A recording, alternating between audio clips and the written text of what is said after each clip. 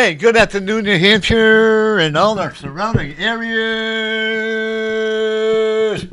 That was a long breath. Oh, we forgot our hats. Oh, yeah, well, let's put them on. Right. We're going to make a salute. We're hatting up now. There we go. Then a salute to Manchester. Now, Norm, I'm colorblind. What color is my hat? I bought it Green. today. I thought so. I can like never it. tell. But what's happening to the Red Sox, Sean? Ever since Mr. Baseball died, I haven't been following very closely. It was kind of like, well, the Yankees are doing well. Mr. Baseball's team. Yeah. But, you know what I think? They got too overly conceited when they won the World Series, right? Last year they did. Hey, I remember, John. Wow, my God. Jim, what do you think about what's happening with the Reds? James, we got James. We got James. Are you a baseball fan? The Red Sox, I don't know because after the shoot, remember the shooting? Oh, with the Big Pappy? Yeah, Big Pappy. They're afraid that they're going to go after other Red Sox members. Because right now, Big Pappy, they have him. Third surgery. No, they have his family under complete surveillance because they're afraid they're going to go after his family, and they're afraid of the rest of the team. Do you really believe it's an accident when they shot him? I have a lot of doubts. I don't know. I don't know that culture very well, and. I mean, I really wish that he would get well soon. But that was pretty grievous, how he got shot. Yeah. It's amazing how they survived. Yeah. They got him right to the hospital, on the back of his scooter. You know what the cool part is? The Red Sox are paying for it. All his hospital care and everything is coming down. The Red Sox are paying for it. Is he part of the team still? I think like an ambassador. Yeah, probably like an ambassador. Yeah. By the way, I want to say, Mary, we miss you, and I hope you feel better. And when the door is still open, whenever you want to come back on. And say and do me a favor. Taking our place. Say a prayer for her today. For Mary? Yeah. Oh, she needs a lot of prayers. No, because once we left, we were at a meeting. Once we left the Salvation Army, she was going right to the doctors to get her results. Okay, we'll send a lot of special prayers. I'm just saying, I wanted you to know that if you talk to her later or tomorrow, she'll be able to have the results. Yeah. She was getting them right then and there today. But one of the things I'm seeing, you know what the sad part with the political field, you and I enjoy talking politics. I did, but more and more it's getting... But I think, of course, I'm not very well respected on the... right, Jane? I'm not too... I was always wondering, John, maybe you can help me too. I don't know if I agree with everything. All the campaign money that they get, right? Yeah. And they have a lot left over, right? I think so. What do they do with it? Besides have a big cocktail party? Well, candidates can pay themselves up to $400,000. Dr. Jeff Cassell told me that because I'm cynical. My first person I ever interviewed I was at Boston University. It was Jerry Brown, and the entire interview, he was running for president then. Oh, I remember that. He went too early though, against Jimmy Carter because Ted Kennedy was faltering when he took on the incumbent president, and. But he was a big star, and he's supposed to be, the baby boom generation candidate. And my entire interview was, what about the United Farm Workers strike? And, I have to shout at him because there's all the people. He said, I support them. That was it. So I've been interviewing them since 1980. And I was talking to Dr. Cassell, and he said, you have to understand, it's a business.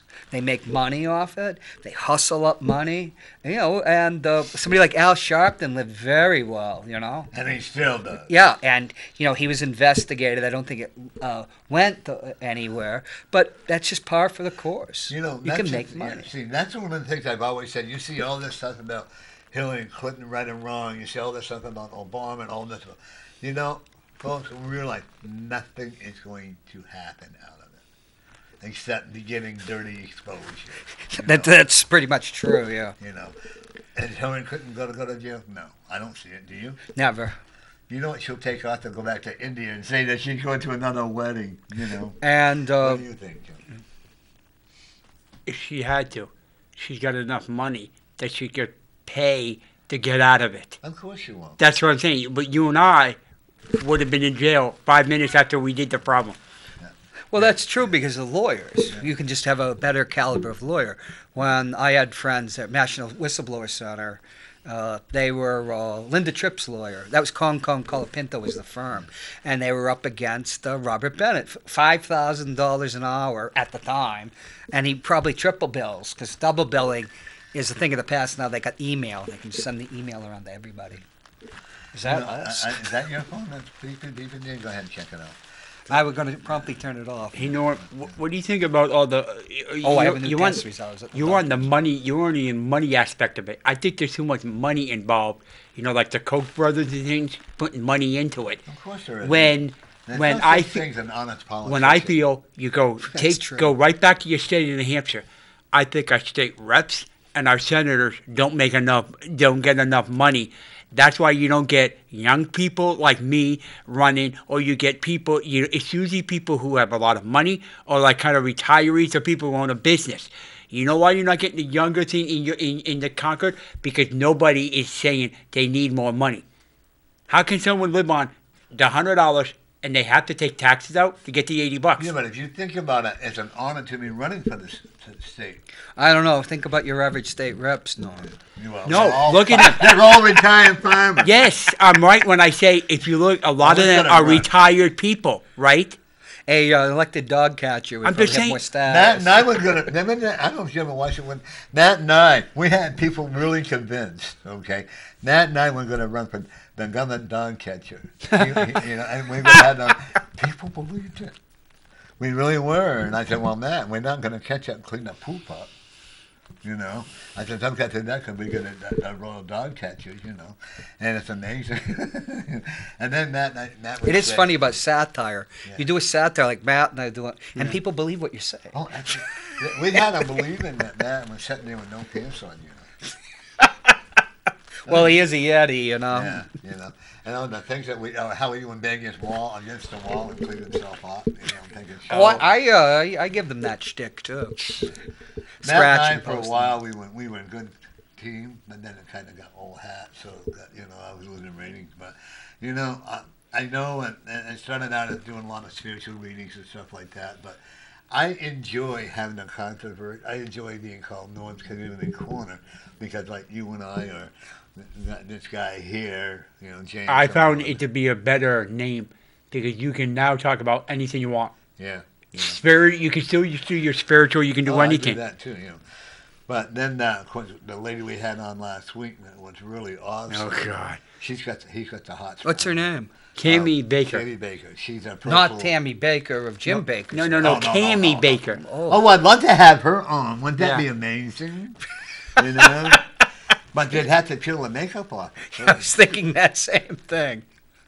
You'd have to use like a paint remover or something. That's what I love about this country.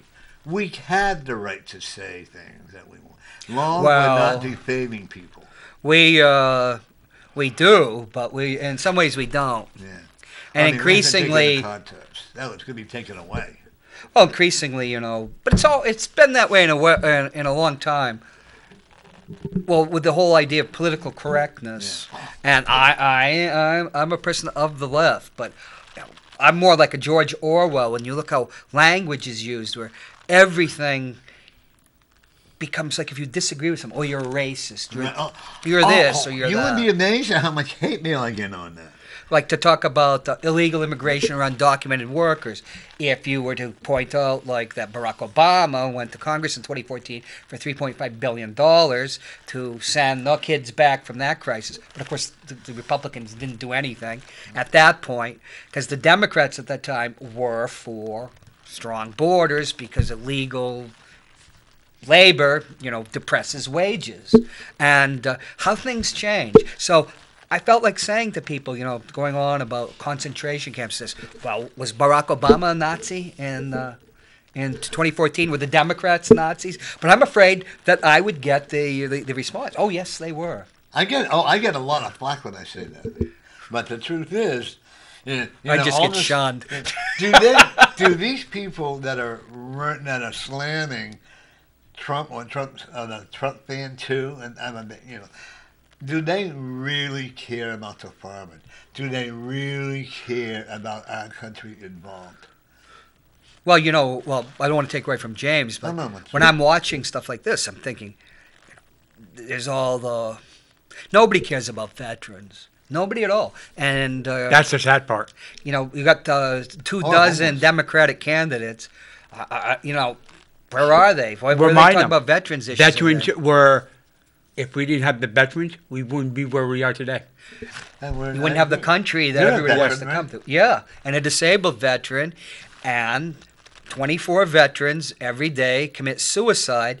And Really? there's an excellent new director up there, Al Montoya, and we had a town hall. And compared to the town hall 2 years ago, when there was the Boston Globe Spotlight had revealed the big scandal there, where, like, my therapist got her hours cut in half, stuck another job, so she'd quit, and they could, hire somebody lower paid. The Globe had the stories and that. So, they're committed, like, to ending veteran suicide. But when you don't have the resources to help people, how are you going to stop it? And it's not just our veterans. In the state of New Hampshire, has fewer psychiatrists and psychologists than any other state, which is interesting. Maybe Boston being probably, is a bigger market for them. I'm a retired psychiatric nurse, right? And I was looking at the salaries that they make, and it's not. Yes, you're right. Nurses in the state of New Hampshire are not making what they need. That's why people who become a nurse or are in it, they go to other states. Don't bring the table. No, they go to other states to make the money. And Luz D'Alessandro already said that's one of the issues to keep people in the state. You got to raise stuff like that, the salaries. Well, when I talked about, how do you feel about raising the average rating for people working? You mean the minimum wage? Yeah. I couldn't live on it, could you? Well, here's the thing. I lived in California, and it was overwhelmed by illegal immigration, and the middle class, the pressure was so unbelievable. You basically are going back to the medieval times, the very rich and the very poor. And, it's a good way. It's dumps and diamonds. And it happened so quickly. And so I always think, when I studied political science, Mexico is a left-wing state then, PRI, the Institutional Revolutionary Party, the oil was nationalized and everything, always anti-American. Then the Harvard boys took over and helped loot it along with the help of the U.S., who was always helping to loot Mexico. But it was always said that if you close the border to Mexico, there'd be a revolution. Because remember the revolutions of the 70s and the 80s, Central America. And we don't want that because we have investments there. But how many of these politicians like Nancy Pelosi, who was my congresswoman once? Yeah. Oh yeah, me too. So that's right. You were up there too.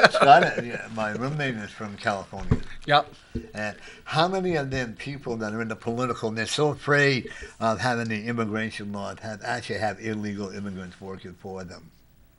Well, I guess it's widespread. Illegal, undocumented labor is very widespread. And I think that's why they're so scared and plus I think there should be a limit on that legislation. I mean, congresswomen and that is both part of the that is, you can't talk about Nancy Pelosi in that way, because if you talk about it, go to her house in California. She's got a big fence up around her entire house to keep the people out. Well, so how can if she lives. No, if she can do that, then why is she like the immigrant? You know what I mean? To protecting the border.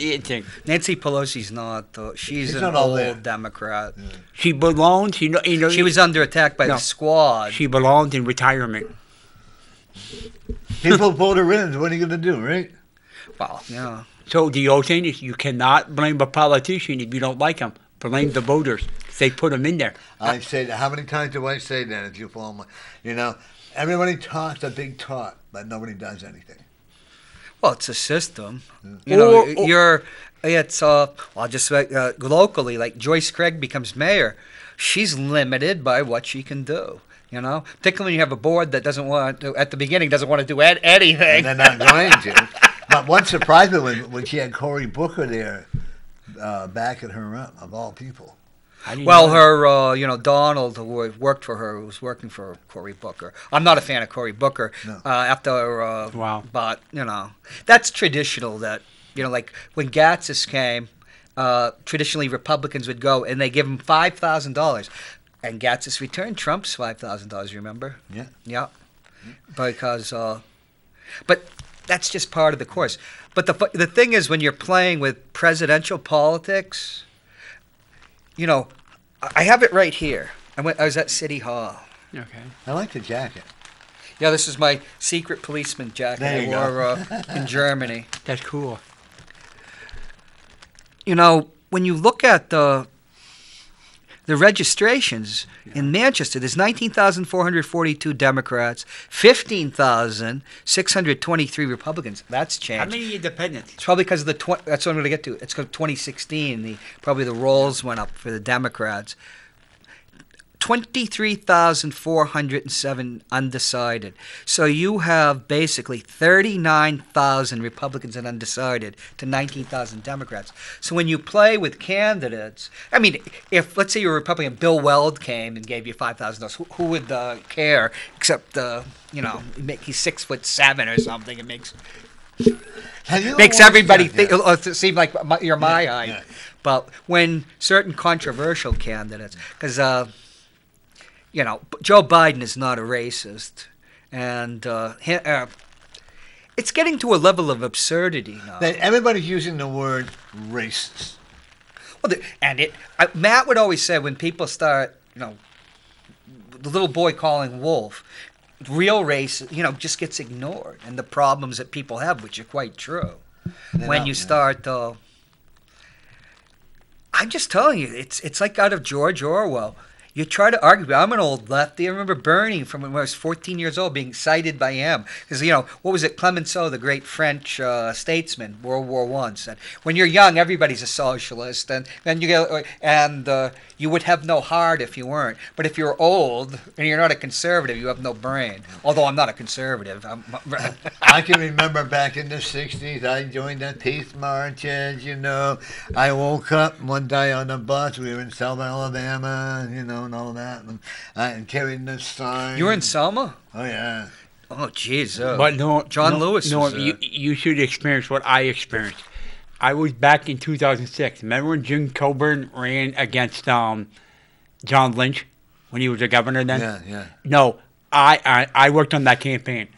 I've experienced how hurtful the Democrats and people can get, and how they can make you feel like you want to cry. The other side, you know what I mean? How hateful they can naturally say things to you, so you feel like, what am I doing this for? Right, but it's both sides, Yeah. The rhetoric on both sides, extremism. And after that campaign, I'm almost like leery to go on another one. Yeah. Because I'm too honest. I'm like Norm. I'm an honest person, so it's hard to go into it. Everything, if your wisdom and the wisdom of the ages and the philosophers is moderation, and a democracy is about compromise, and nobody gets really what they want. But all of a sudden, it's like something. I'm thinking of France because I know a lot about French politics. And, France had 5 republics now. The fourth republic collapsed in 1958 because the polarization, you have the communists on one side, then the reactionary, anti-Semitic royalists on the other. And it's like, what did Yeats say in that famous poem? The center won't hold.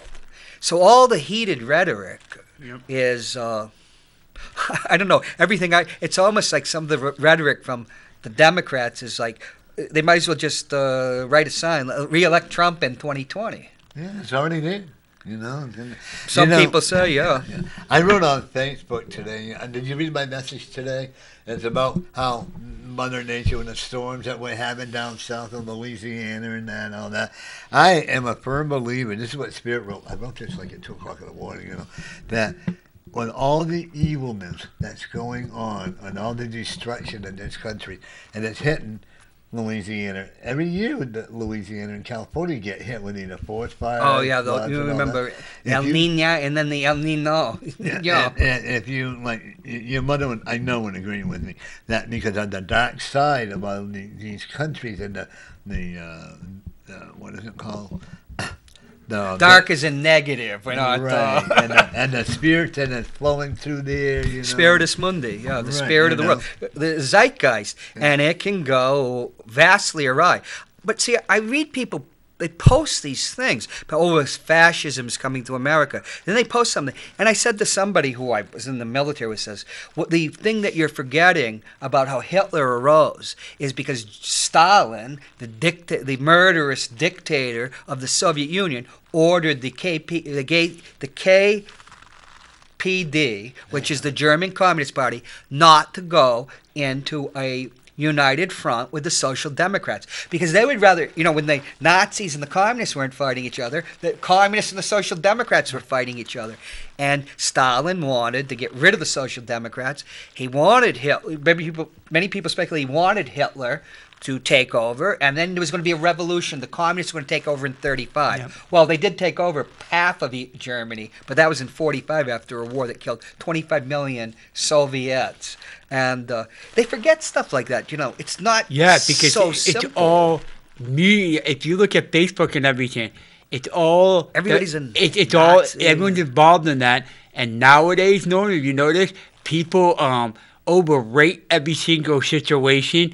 That goes on. Yeah. You could have a stabbing in this town, let's say, Norm. And, the whole world's coming. No. And then if you wait an hour as it's going on, in an hour, everyone on Facebook could have it overrated and saying all negative things about it, and then start some other problem that's going to happen. Well, these I call them the computer warriors, because they don't come and confront you. You know what I mean? I've invited several other people who called John Burt and myself and the NRA, with baby killers, with this, with that. Then come on this show and tell me, face me. They won't. Oh no. Some will not come out from behind their computer screen and tell you. But Norm, there's something strange I noticed, because being from California, you always had the best internet. First DSL and that, and then we all got to work at home because of DSL. Then we're the first people in America to get laid off because they sent the jobs overseas. Yeah. But I noticed something, and I've studied what you'd call the Hermetic arts or whatever. Is that inside those chat rooms, there's a certain spirit in that, and that takes over. It might be a group psychology or something. I'll just call it a spirit. I'm not talking about spirits what you were talking about, but with the people, like a crowd, because there was a book, and I have 2 copies.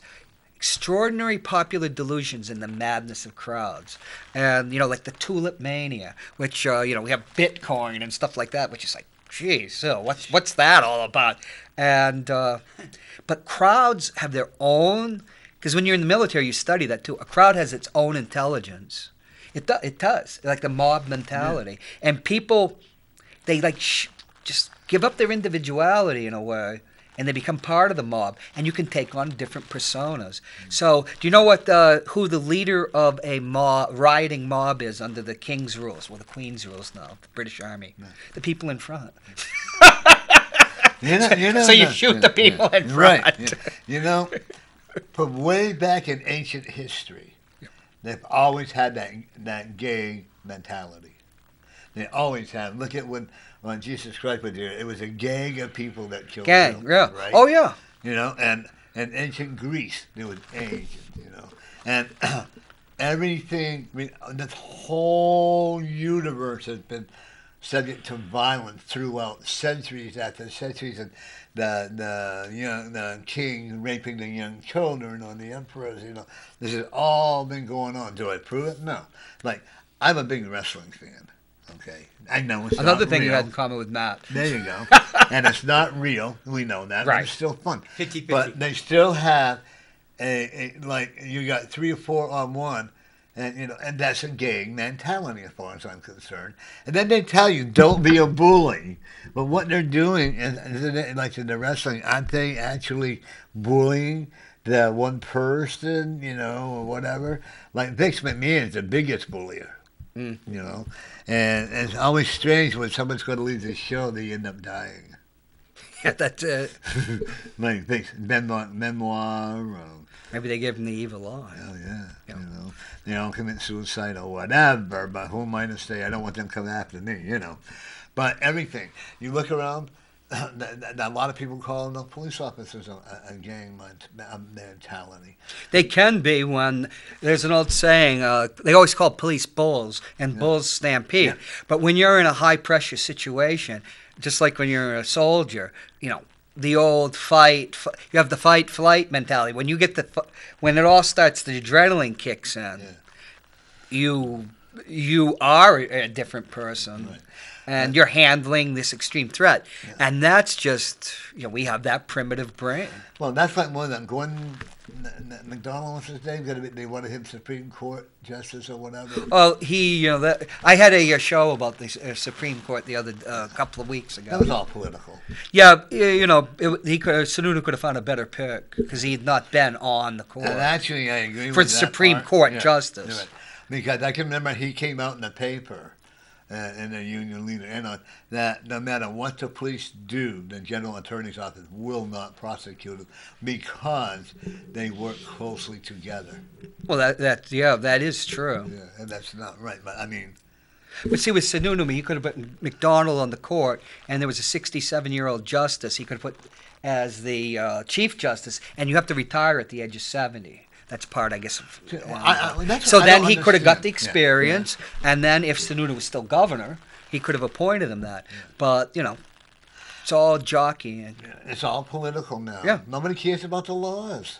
Well, it was always political. Yeah. Back... My foster father, he's from New London, by the way. He is actually. He lived right across the girls' college. I used to sneak up there all the time. Get in trouble for doing it, but, we used to do a penny raid up into college. Oh yeah, it was fun. I can't imagine. I was in the 70s, in the early 80s. In Boston, we would have been... when it was called Comey. That's when I first heard the word politically correct.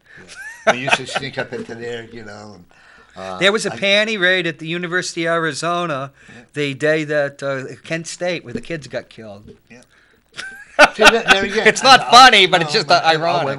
I got caught and they dragged me out on the bed. But you know what? That's when I didn't know my orientation. I was with a group, But unfortunately, the world has always had that gay mentality. Yeah, Look at that. AFA, is that what it's called? The ones that wear the mask, that.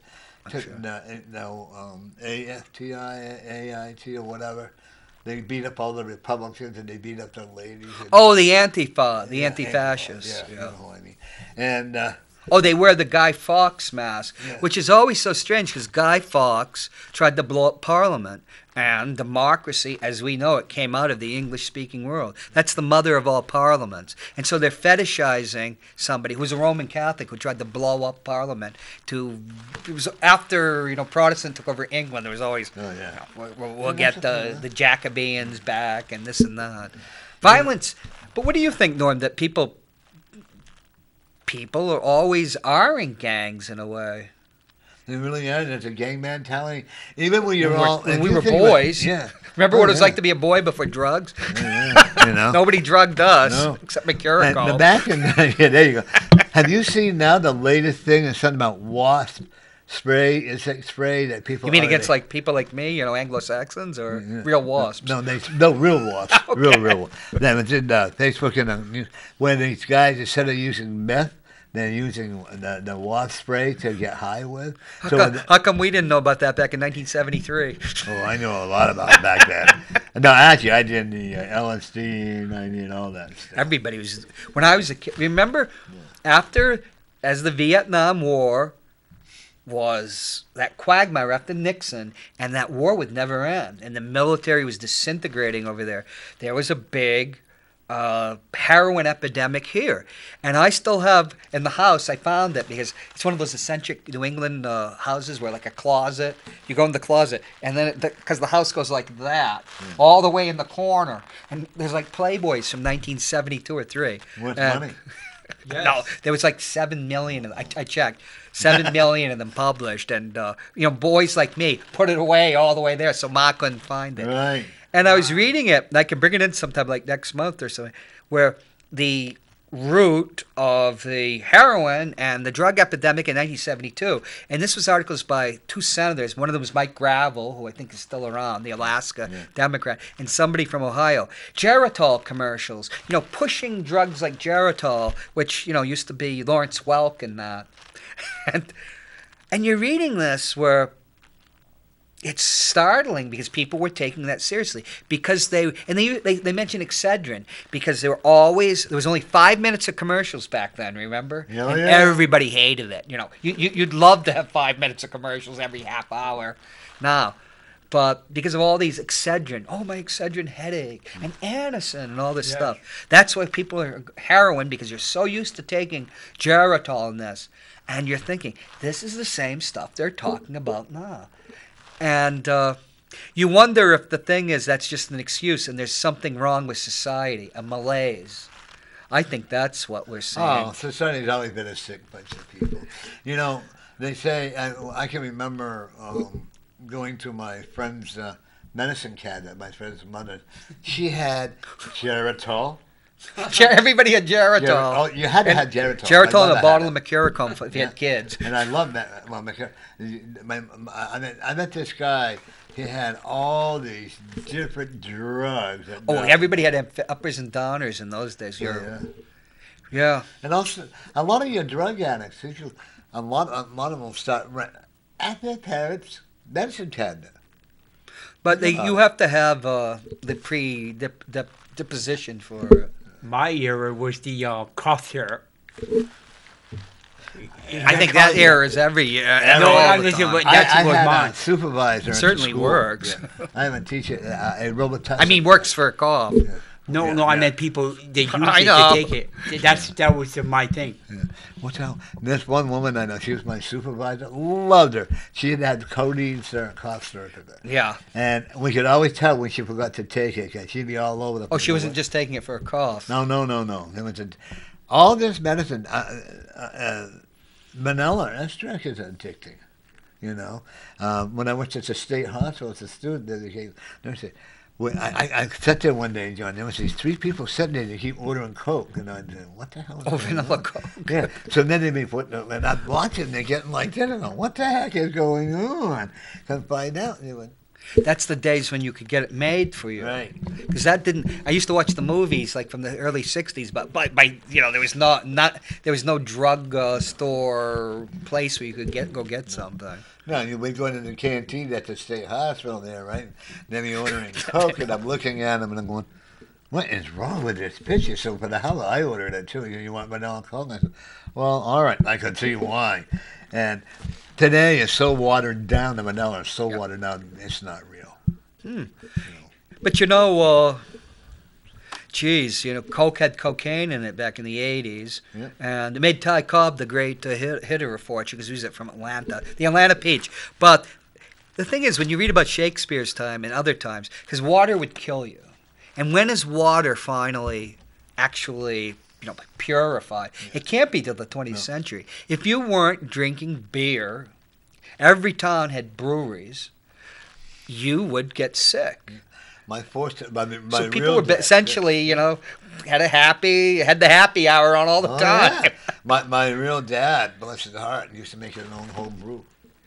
Oh, my father said during the Depression, people would be making. Oh yeah, they call it root beer or something, right. And then the kid would say, "Homemade root beer." No, but the old man said the homemade root beer was actually like Uncle Jack's homemade beer. Right. Yeah. My dad would make the homemade root beer. Homemade home brew. My mother would make my foster mother would make the homemade root beer. Oh, you ever had it? No. Homemade. Oh my God, it's so. Then another friend of ours used to make sat beer just before the syrup with the maple syrup there would run. Oh yeah. I had a little juice glass like that one day. Whoa! I was like 12, 13. My father was helping me out of the sugar hole, but nobody thought about it then. Well, we had We just looked the other way. We had prohibition. That didn't work very well. But it's something about the human condition. It's hard to muddle through life. It's hard, and I feel sorry. I'm not saying you should be taking OxyContin all the time unless unless you're in pain. But I think there's something essentially wrong. I think about like our parents' generation. Well, after World War II, there was no middle class in America until World War II. The GI Bill, which let all those GIs, 60 million people served in the war, and there was only that was 1/4 of all men served in World War II. And then you could get house 2% mortgage. They helped you get the house, and then you got a job because the United States, the industrial world had been devastated, but the United States was there. Economic superpower that lasted to the early '60s, about 1964, and people became middle class. My father told me before World War II, middle class meant you were a doctor, you were a lawyer, you had a shop. And then he said, even if you were a farmer and poor, you were middle class because you owned your property. But I was just listening to my cousin Shirley, great cousin Shirley's husband just died at 89. And in the Depression, they lost their farm, and he had to go work for his uncle's farm. But it all worked out. He wound up working for the Rockefeller Foundation and got a PhD at Cornell. The real American dream. Right, yeah. But see, he worked his way up. But my father had a distant cousin, Lawrence Whittemore, who worked his way off a farm and became the head of the Boston Maine Railroad, New York, New Haven, Boston Fed president. He was in Eisenhower's cabinet as the first GATT negotiator. Just one of those Yankees working himself up of a farm. So don't you with believe our excellent school system? I believe that anybody can work their way up to anything they want to do if they want to. If the big if. That's like when I see all these people that are homeless. There is so much help out there for them. The only thing I have a problem with is like that when George Craig hired someone to supervise the homeless, and then it was a bad situation.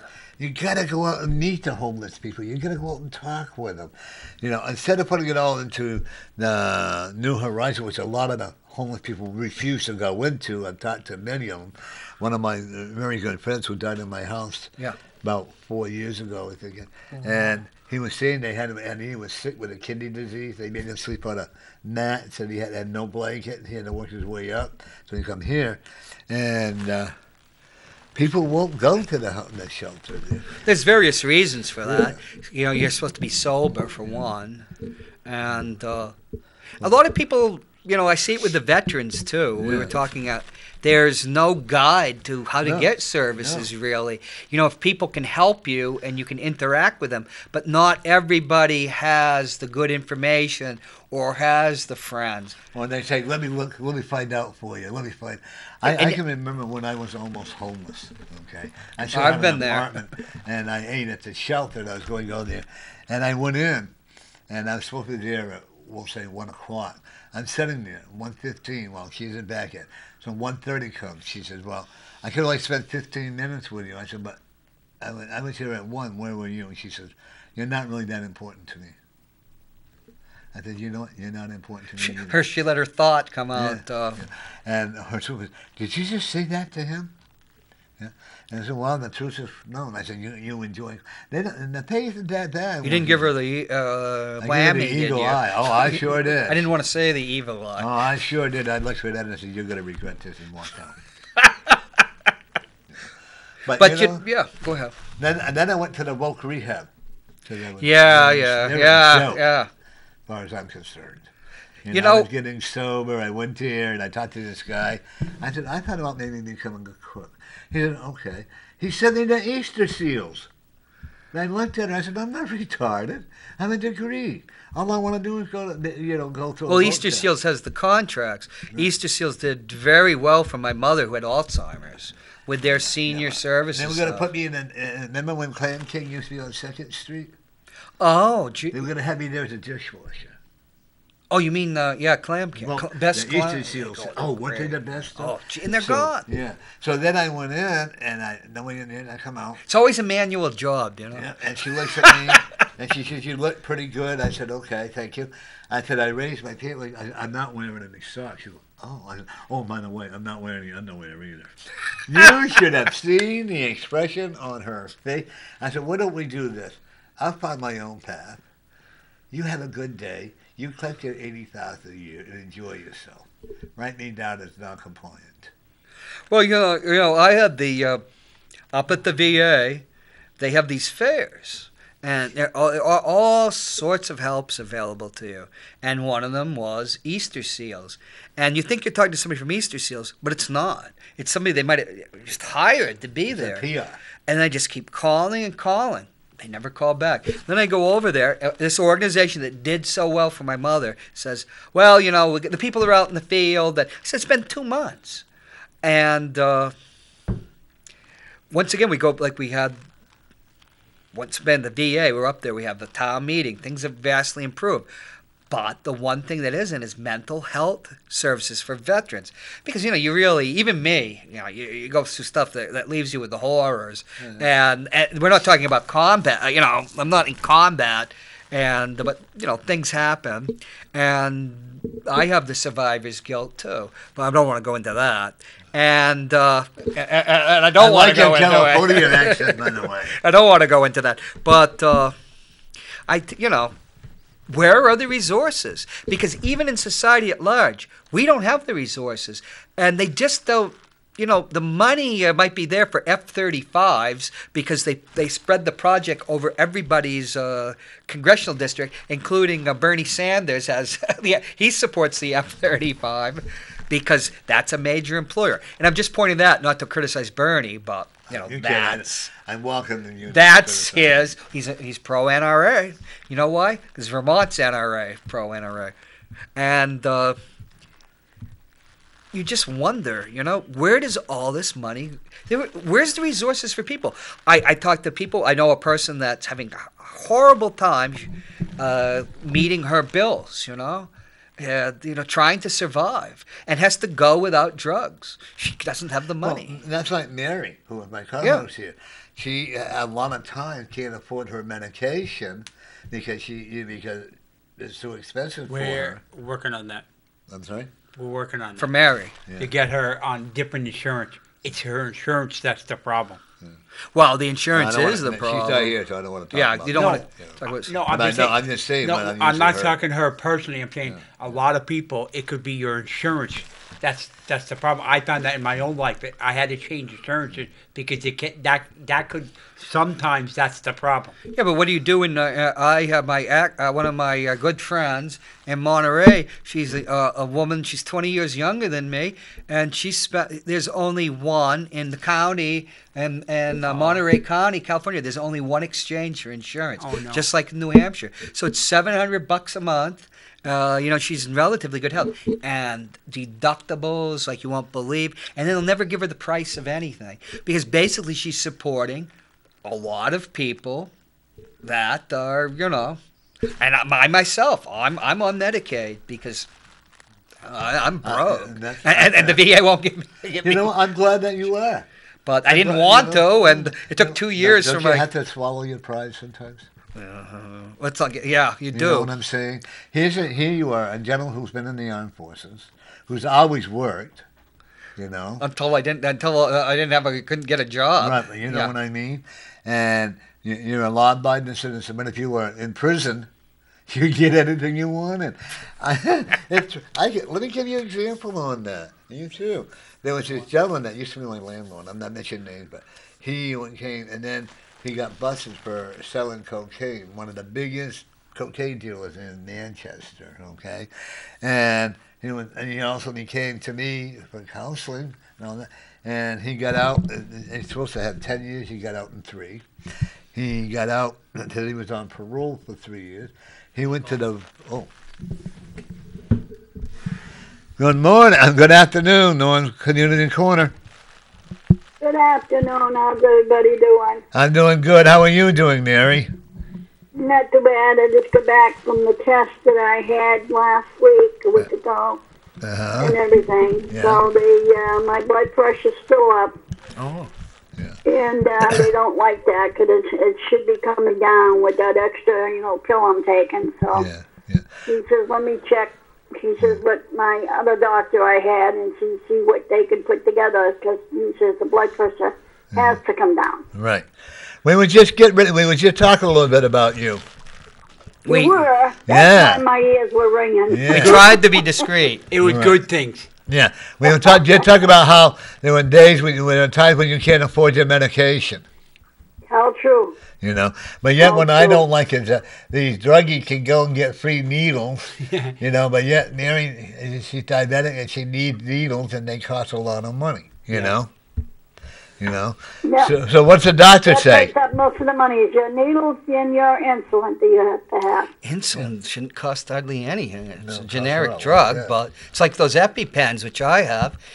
It's $600. Yeah. Can we go back? Well, can we go back to your question? Well, wait. What Mary's? Yeah. What's that? You were asking her what else the doctor? Oh yeah, what did the doctor say? You're gonna be. Are you changing insurance companies, Mary? Huh? Are you gonna change insurance companies? Yeah, I am. I have to, because at this point it's just costing me way too much for everything, and I just can't afford what they want for insulin. I can't do it. No. Jeez. You know, and I wish you could get Medicaid, but you and I make too much money. I make $2 too much for Medicaid. It's always like $2. 17. Yeah. Glenn's helping her go in the right direction. Glenn's a hero. Yeah. And the candidate for mayor. You know. Yeah, and the candidate for mayor. That's right. But I do see a lot more help coming your way, Mary. You know. Yeah. Hey, did you have a good time Saturday? Hope, you know. Yeah. Did you have a good time? I want to say, you know, last week there when I went to the barbecue. Yeah. I always say that there was so much food when you go to their barbecues. You take so much home and everything. You never go. If you go home hungry, it's your fault. Yeah. And we have a good time, don't we? Yes, we do. We sure do. Well, I'll wait for this Sunday, Mary. If anybody wants to call in tomorrow, I'm cruising with Mary. I'm giving out some NASCAR tickets for the weekend. I have Saturday and Sunday left. And if they want, I had somebody, I think you would have done the same thing. This one, according to her, she was in the 70s, never been anywhere. And they met up with the person, come to find out it wasn't her. He was using his grandmother's name to pick up the tickets. And I won't do that. I don't blame you. I won't do that. No. Be honest and they'll get them. And don't be honest, you won't get them. Be honest and you'll get them. If you're not honest, you're not going to get them. Mary can't make it to the races? No. Because yeah. She had she won a bunch of tickets. Oh. So she's giving them away. I got tickets for Fishing Cat. Sure. Last month. Hey, Mary. Mary. New Hampshire, thank you to New Hampshire Speedway. Gave me tickets for this weekend to give away. And my brother's coming with my nephew from England. Hey, Mary, I got a candidate right here that wants a couple of tickets. Yeah, well, you have to call me tomorrow. People, you have to call in. Yeah. I'm going to bribe you with I'm going to get you an orange crystal to help her with her blood pressure. There you go. Okay. Although the one I have might be a little too... No, but I would not... But, yeah, so give her a call. Okay, tomorrow you have to call in 5 o'clock, cruising with Mary. Okay, you know. I'll wait for this Sunday, Mary. We're going to be having a cookout at my house. Not my church, but at my house. We're going to have baked potato and cheese inside of it. Oh, wow. And then we're going to have corn on the cob, and we're going to have chicken, and we're going to have hot dogs, and we're going to have summer sauce. You're welcome to come. Jeez, I have like 7,000 hot dogs. Well, okay. You're welcome to come. You're welcome. Depends on what my brother's got up his sleeve. They're good hot dogs. Yeah. I mean, I don't buy the cheap. I can't stand cheap hot dogs. You're welcome to come. Oh, yeah, I have Angus hot dogs. They were on sale, so I bought them. They're all... When were they on sale? Oh, this was a little while ago. You know where I saw them at sale for $3, but they're Oscar Mayer Angus at Target. Yeah. I don't know if it's still going. Yeah. But I bought some cheap hot dogs the other day. I couldn't. Even my dog wouldn't eat them. I know. Right, good. You know. And Mary, I want you to. We miss you, but whenever you want to come on, even just come on and say hi. You're more than welcome to. All righty. Thank you. Thank you, Mary. See you guys later. Keep the faith. Yep. Bye-bye. Bye-bye. Huh? I got to find out where you live. Oh, then I realized she could probably pick me up and show me. Yeah. It's your first time. Yep. We have a lot of fun. It costs you $1,000 to get in because we got to support gun contribution. What currency? Chris Herbert's currency from the Manchester Bank? Yeah. We'll print some up. Really that idiot? No, well, I like Chris. Well, good for you. Have you noticed something, Norm? Huh? I'm doing something. I started doing something that you told me to do last week. Want to be a winner? No, stop taking people like you so seriously. Oh, anybody take John or I serious, you're in trouble, right, John? No, always look on the bright side of life. life. No one can show somebody if something is off balance in them, fix it. That's all you got to do. And see, it's all about balance. It's like when we're talking about undocumented workers or illegal immigration. I feel because you might see it as a problem. And a border that has to be secure. That doesn't mean you don't have compassion for the people there. I actually, even though I don't like what's going on, I have compassion for the children. I have and the adults. The family, absolutely. But I also have the compassion for the children whose father and mother say, I'm a great father, I'm a great mother. But they're going to prison for selling drugs. There's nothing great about that. But I'm going to say, I don't even know what's going on.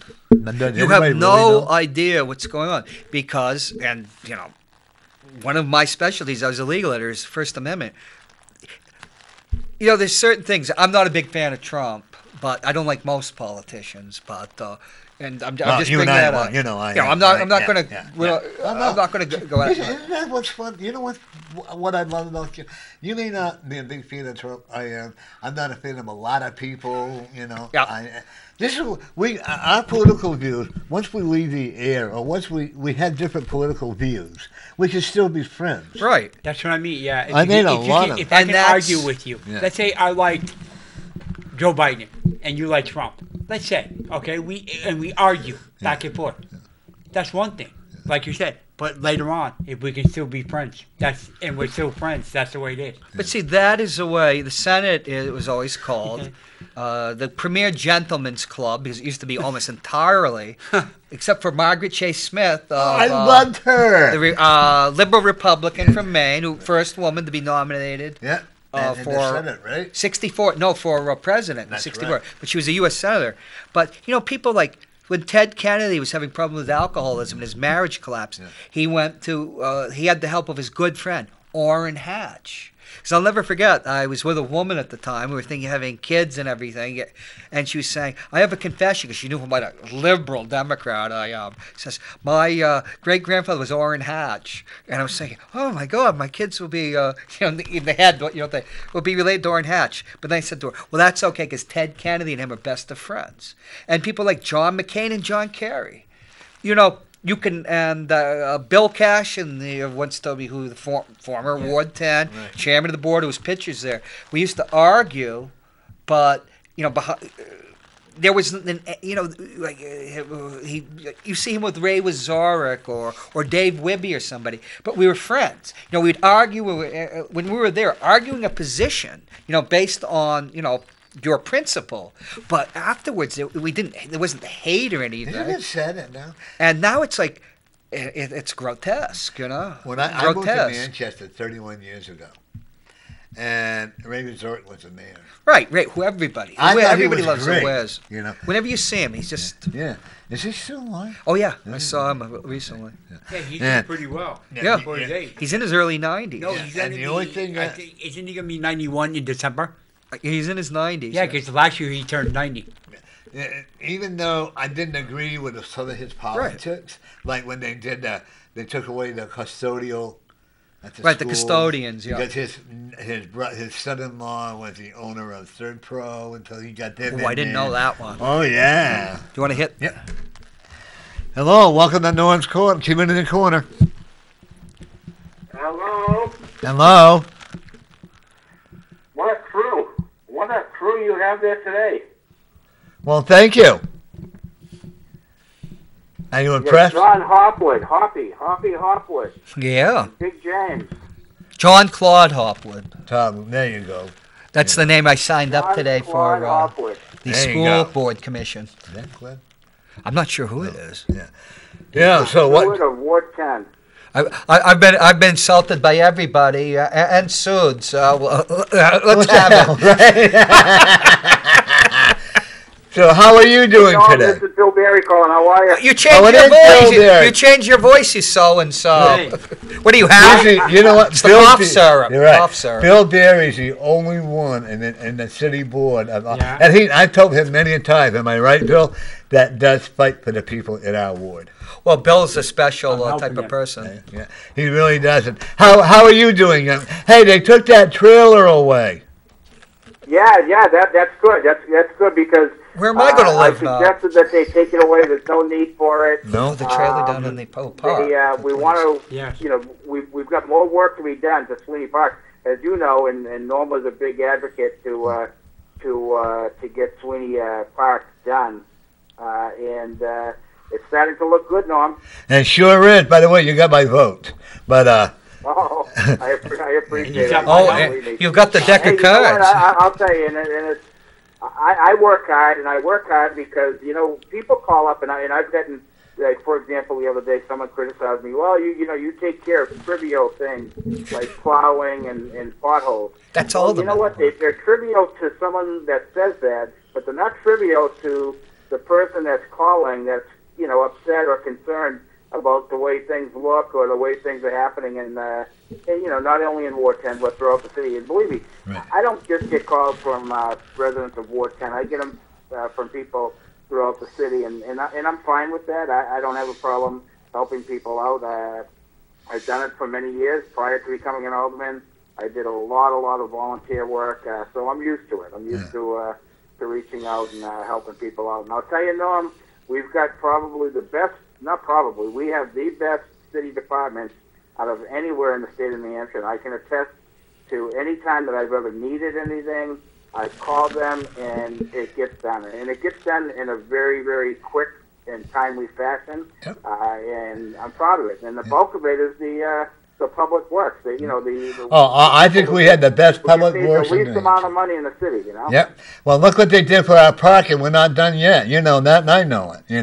I have dreams that you and I are going to have lunch and talk about. You can join us, John. Oh. Because I have dreams about what I want to see done in that park. I want to get a volunteer committee to put flowers in there where that trailer park was. Glenn, we and did. it's funny, Norm, and you go around, John Hopwood. You travel around the city of Manchester. How many times have you run into construction work that's going on our city roads? And it's not just the repaving or resurfacing. It's the digging down and repairing pipes or replacing pipes. Yep. That goes with it. Yeah. In Ward 10, very, very proud. We've had a lot of work done, and it's because I advocate for it. I'll call them up or I'll put a request in for different roads. And that's because I hear from people. People that tell me that, hey, what about this road or that road or this street or that street? Yeah. And we take care of it. Yeah. But the people that complain and say that the city isn't doing anything for the roads and all that, boy, they've got to be blind because it's frustrating sometimes, and I certainly understand. But it's frustrating sometimes when you're trying to get from point A to point B. And you're at a stall because there's construction work going on, and you have to either detour around it or have to wait for the okay to go through it. So these people, I think some people just like to complain. To complain. Well, on 2nd Street, they're doing a lot of work. Oh, yeah. They're doing a lot of work on 2nd Street. And and there again, I cannot say enough about the Park and Recreation, like the park. They do a great job at Sweeney Park. They really do. Hey, what about? They really do. They've done a good job, and I think the people are starting to respect it too, Norm. I think the kids that are playing on the basketball court that they're starting to throw their trash away. It could be even better. Yeah. Exactly. A lot of them get it because sometimes the trash is overflowing and understanding, There's got to be an example, though. Like I love going through that ship we got there. We got a big boat in the park now, and I'll feel like a kid. And I'll go trucking through. Have you been through there? Well, I went by there when they were putting it together, and I've gone by a few times. and I see so many people and so many families using it. More. That's what makes it. When you start seeing the people, using it, the families, the little kids that are going out there and playing, and they have something community. to do. It's a great park and it's safe. Of course, me being the gabber that I am, I go right out there and I talk to all the people. And you and I they redid the basketball court over. Yeah. And yeah. And I watch them. The guys that are playing basketball, they don't care about your color. They don't care about your ethnic background. Boy, can they play rough-based basketball, though. But you got to play. Yeah, you got to play. You got to be intense, or you don't belong on them teams, Yeah. And it's good. It's good to see that because that's what it's all about. Throughout, even when I was growing up, I was fortunate. I played sports in Manchester. Baseball, basketball, football, and I had coaches and people that cared about us. And it's time to give back. You remember where you came from, and that's. So you're originally from Manchester. Into a category, it's that. I remember where I came from and how important it is to give back to the community and make sure that our children and in the residents specifically in Ward 10 are safe and protected because it's important. Bill came up the hard way. Are you from Manchester originally? Oh yeah. Yeah, I actually know him. I grew up down the Elmwood Project. Yeah. Oh, really? Till I was around 10 years old, about 10 years old. And then we moved out. So we struggled. My mother took care of 6 kids. Had 3 boys, 3 girls, and she had a tough time. She worked full time, but it was tough. I don't know how the heck she could do it. Bill, can I give you a message from your mother? What's that? She told me to tell you how proud she is of you and thank you for you making something of your life. She was pretty discouraged at times.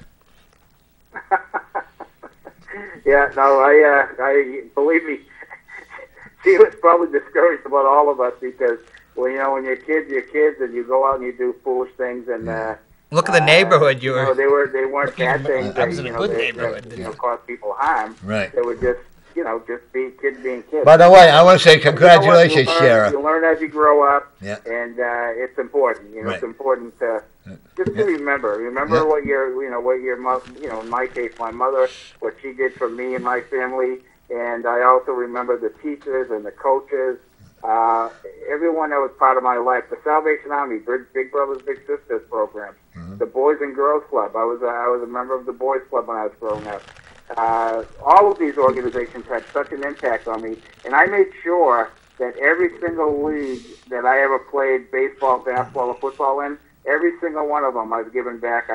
I've coached in every single league, and I've also volunteered for every organization that helped out my family when I was growing up. I love Manchester. I came from. I do too. Yeah, I lived in California for a while. Went to college. I lived in Laconia, but. You know what? Manchester is my home. Yeah. It really is. Yeah, and I agree with you. I love Manchester, and it's kind of disheartening when I hear so many negative things about Manchester, about the downtown area. Believe me, I've driven downtown Thursday, Saturday night. The hyperbole. Just to take a look. And it's thriving, and I know some people say, I won't even go downtown Manchester anymore because of the homeless situation or things like that. But believe me, that's getting fixed. I mean, there's more police on the street down there. Things are getting done. It's you have to have patience, and it's not going to. Nothing like that is going to get done overnight. It just doesn't happen like that because it's pretty. It's pretty involved about everything that has to go into things like that. The outreach of support that you need. As a city.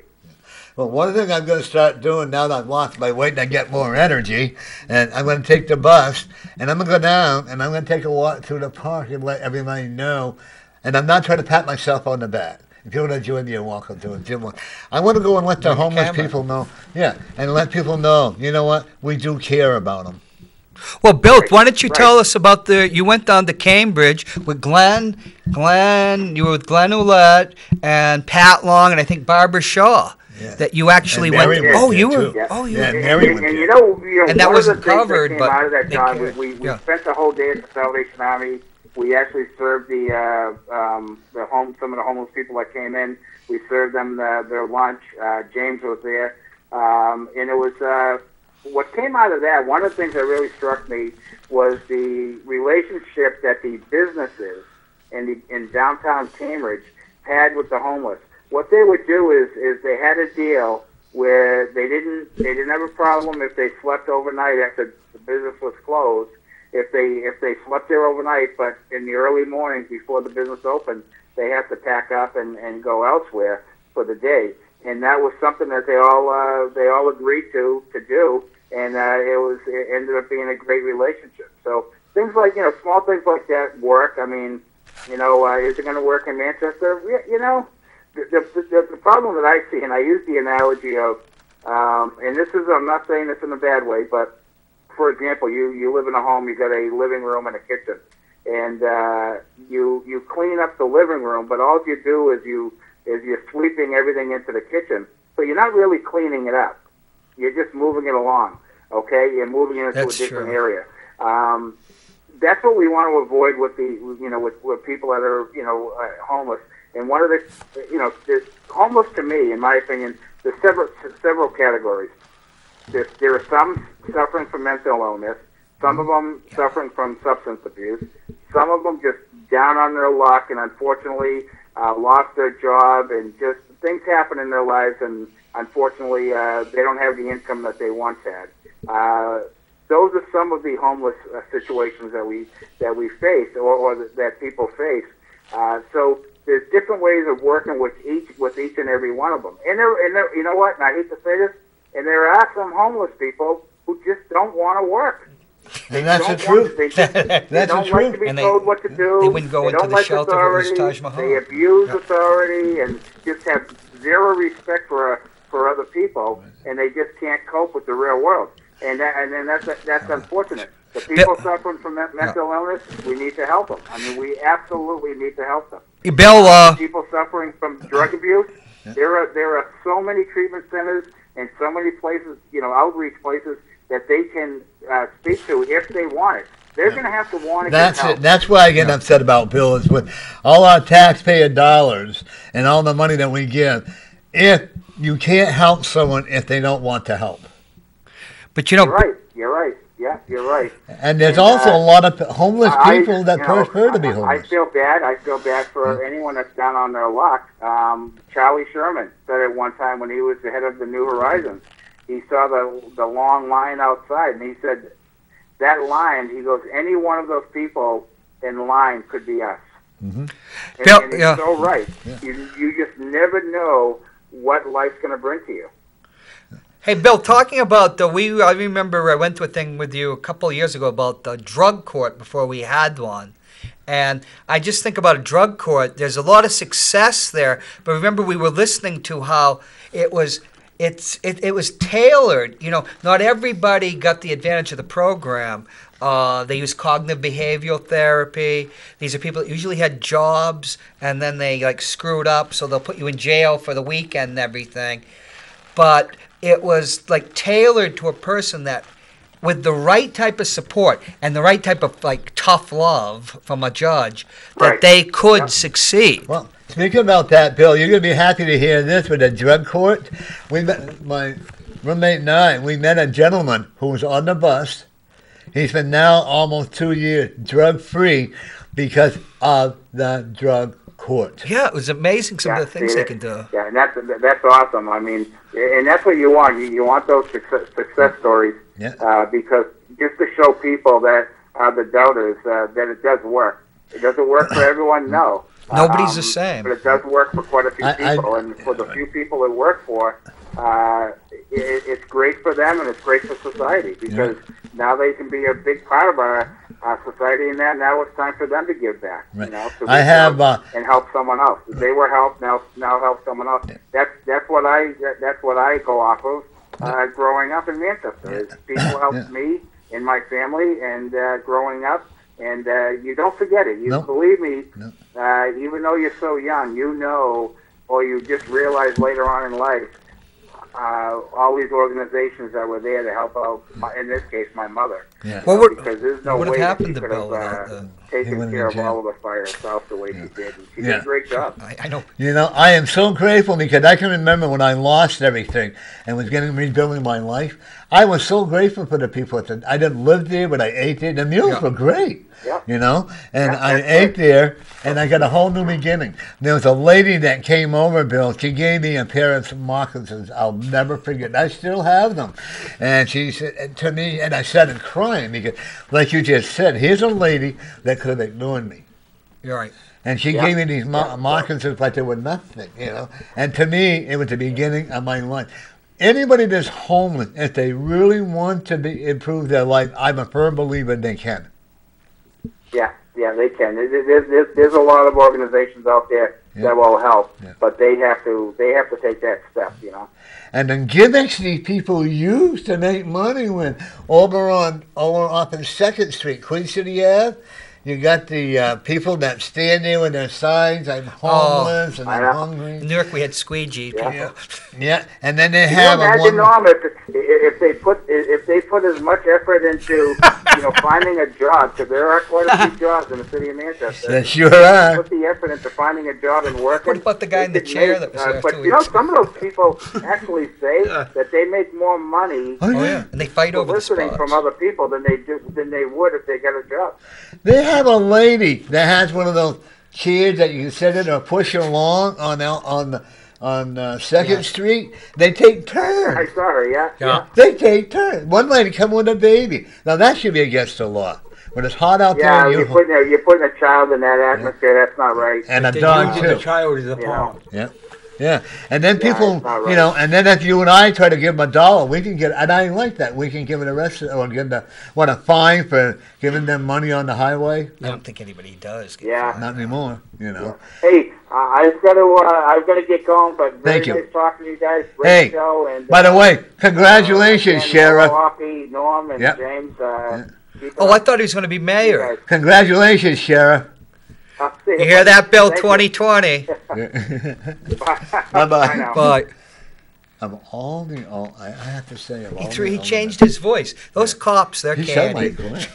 I thought it was somebody that was going to, because there's a guy that calls in the Matt show and insults me. Shorty or fatty or whatever. We used to have a guy that would come on our show. I remember. On the show. Obnoxious. Not David, his name. I don't know why you didn't hang up on him. Because then when he found out I smoked pot when he came friends. And actually, I had some people that were going to beat me up out here. He was out there waiting for them to beat me because he was going to stop them. Oh, yeah. But I'm your best friend today. Huh? I'm your best friend today. You're my best friend, yeah. Because I said, I'm helping Bill Barry go door to door. I'm going to help him this time to go make sure he gets over the hump. Okay. Well, Bill's a stand-up guy. You see him instead of 100, instead of beating Ray Hubert by 100 like he did last time, we want to beat him by 200. Well, he beat Phil by 95. He beat Ray by more than 100. Yeah. No, Bill. But he beat Tammy by 350 or something. Keep talking. I'll be right back. Okay. And you can do that pretty easy, can't you? Oh, I'm a chatterbox, and they're responsible one at that. He's like Bill Barry is like Keith Hirschman, that says you think you're going to win, but you run the race as if you never win. Right, but Ray Burton used to do that. Remember? No, I was gone for 32 years. I didn't get back to 2010. Okay, yeah. But over in Ward 12, counselor, the old Ray Burton, he used to do that. He used to say you run a race. The guy from the North Country? Yeah. Okay, who just died recently. Yeah. You're always gonna win. You're always gonna you do it like you're always behind. Right. Well, yeah. Some people say don't get into a race if you're going to lose. But this is New Hampshire, and there's 400 state reps. And and I always believe you people should get paid a bit more. I'm not a state rep. No, but I'm just saying. I know, but I'm just saying. You know what I mean? You see who's representing you. Well, I can't understand how, and nobody from another state can understand how you can have more than one state representative, you know what I mean? And some people have 3. When I got here first, like I came back in 2010, you had 8. and now 4. It just doesn't make much sense, but that's New Hampshire. But we're only one of the 2 states left that has the executive council. Does anybody else have it? Yeah, there's only one other state. I forget what it is, but there's only one other. Yeah, because we have a weak governor system. Yeah. And I believe our governor office should go to 4 years. Yeah, because how can you actually governor? How can you actually see what the person that's the governor, what they actually can do, if they always have to think after year 1 or in the middle of year 1, I got to think of re-election the next year again. Well, yeah, I was in New York, not New York. I did live in New York City. It's like Massachusetts. Massachusetts is 4 years, and I think New Hampshire and Vermont are the only 2 that are still 2-year terms. In New England. When I was down in Washington, D.C., before I came up here, that's the most hyper-political place. Everybody thinks about politics. You know, I've lived in Boston, New York, San Francisco, Los Angeles. That's why I like talking to you because you've been around everywhere.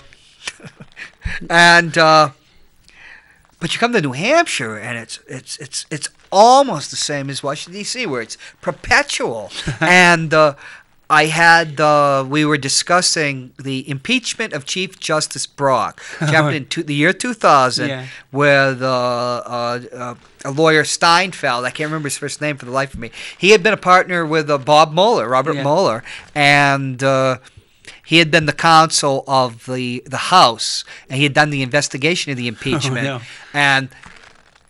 And the Lou D'Alessandro, I was talking to him about it. He wasn't on the show. About it. It was quite something. And George Mitchell, the former senator, was counsel. It cost $1 million. Wow. And the thing was, we were the last state to incorporate the Supreme Court into our Constitution. And that was until 1964 through our Constitutional Convention. And that didn't happen to 66. So I would say amateurishness, not in the sense of like bad, because one of the greatest golfers ever, Bobby Jones, was an amateur. He never was a pro.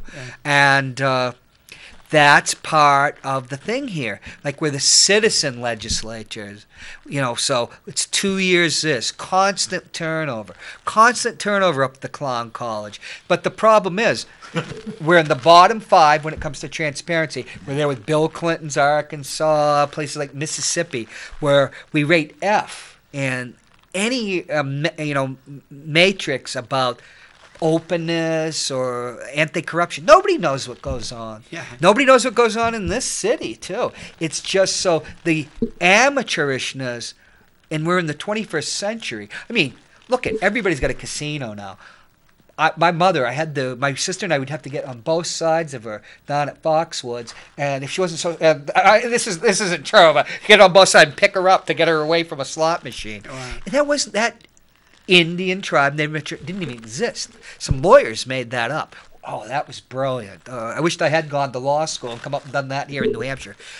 As of 10 years ago, it gave $5 billion to the Connecticut Treasury. And then you have the real Indian tribe that has its own casino and billions more. And you think, here was New Hampshire, which tourism is everything. We could be making money, even if they don't even Rockingham, It's gone. Yeah. It's all gone. No, but I'm saying we could have made a gold mine. Well, we got all the illegal gambling, charitable gaming. But yet you got the if you go the bingo houses, that's gambling. Yeah.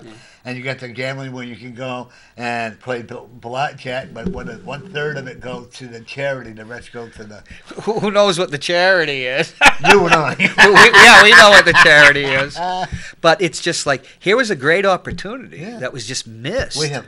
I got to give Lou D'Alessandro a lot of credit. He fought like hell. And lost by 1 vote. Was it 4 years ago? Yeah. All that money, that potential money, because people gamble. And people gamble in this city. And we all know, we don't even have to talk about it. One lady said, if you put I can remember that now, I was at a meeting, she was in. If you put a gambling casino in here, or the slot machines in here, that right here in the studio, husband, she said all these people that would gamble all the paychecks away. They're doing it now. But they do it now. They drink their money away. Well, you take a look at what. See, we're here for the jobs. Yeah. Look at Keno. And the tax revenue. You know, no, put a slot machine, one machine in your house, and you could be making a mint. You go to the clubs here, and they had machines and everything. People just are constantly gambling. Some of my friends got. I know a couple of very good friends of mine that. Like Jimmy's we don't want to tell Pizza. any stories. No, Jimmy's House of Pizza. He got caught. He went to prison. Shirley D. Did you know? You remember? They were all over New York City. No. No. What's it? What was it called? The pizza place on Amer Street lately. What was it called? Oh yeah, I know. Yeah, he got caught. No. The what was it called? Something pizza. It started with an S. It's still there. No. It's gone. It's somebody else now. What? Grand Slam. No, that's South Bay. No, that wasn't one the on one. Amory Street. Yeah, the one on Amory Street. You know, right. The one on the corner of Amory and Dubuque Street. Right. That place is still open. It's a new owner. Yeah. Okay. That's gonna be old because that's how they used. I went in there when because they were selling pizza. It was a pizza shop, but in the back they were actually doing drugs. Yeah, and drugs. I thought you meant gambling. Yeah, but it was also about the drugs. In the 50s and 60s, they had a wire. Was it Palace Fruit? In the back, you would go, and I don't know. I always imagine it being out of the Sting, where they have the elaborate tote board and everything. But all you need is the phone. A lot of your private clubs do it. And the old chief of police used to be back there too. Oh yeah, placing his bets. Yeah, a lot of the old a lot of your private clubs do it now. Before the NFL on TV, horse racing was huge. And, of course, you could always finagle the wire. A little late, it comes in. Remember, and like, I used to go to Belmont, they send the dog races, okay? And all of a sudden, they didn't have any more, right. And I used to go to Hensdale. One time I went to Hensdale, I was only 17. How I ever got in there, I don't know, but I did. With another friend of mine, we got really slightly intoxicated. Okay. And when we ran out of money. I remember. It's Skinny's Pizza. Oh, yeah. Remember? Yeah. And we went in there, right? We ran out of gas. I forgot I won $500. I was trying to figure out how we were going to pay it.